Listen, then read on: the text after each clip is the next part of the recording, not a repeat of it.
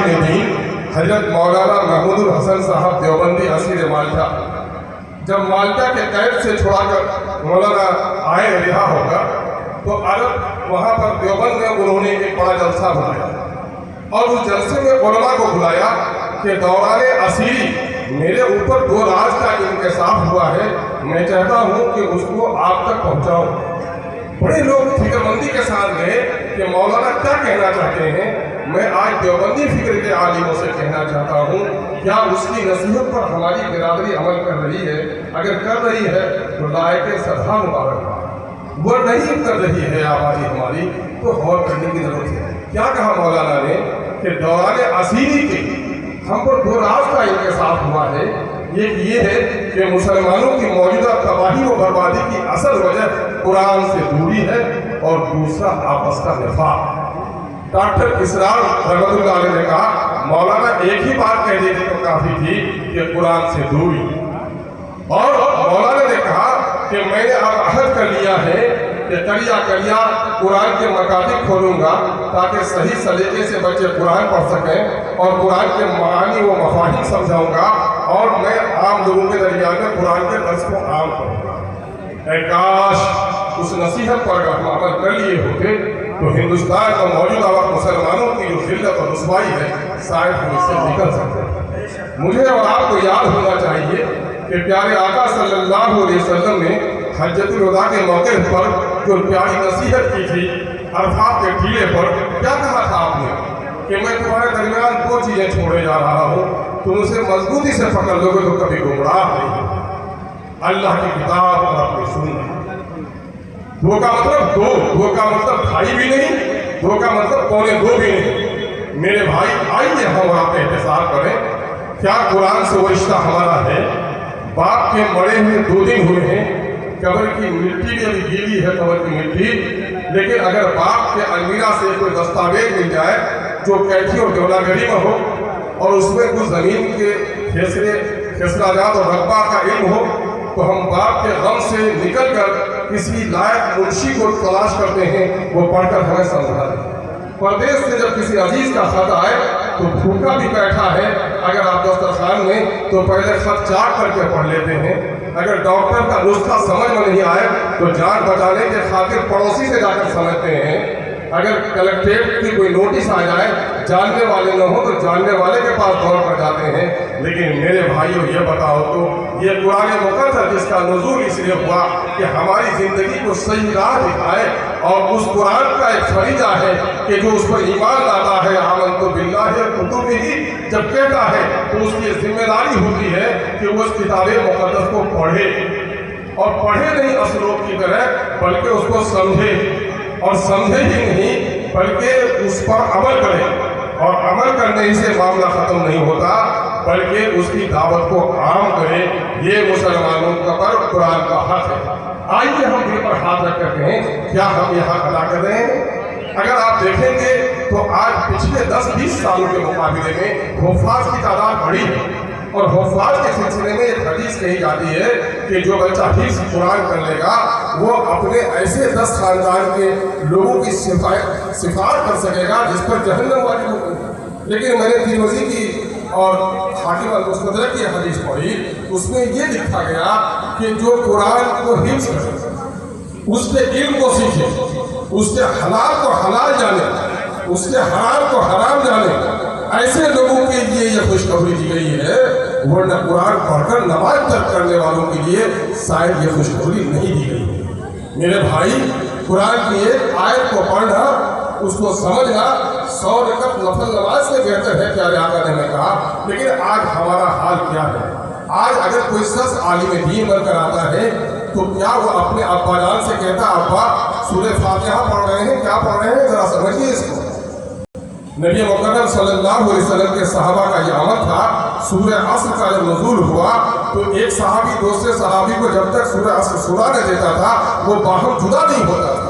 لیکن آج یہ دیکھیں گے کہ حضرت سیدنا عمر فاروق جب نبی کے دشمن تھے، جب وہ کفر اور شرک کی بستی میں جی رہے تھے تو قریش کے لوگوں نے کہا کوئی زیادہ نوجوان نہیں ہے جو عبداللہ کے بیٹے کا کام تمام کر دے۔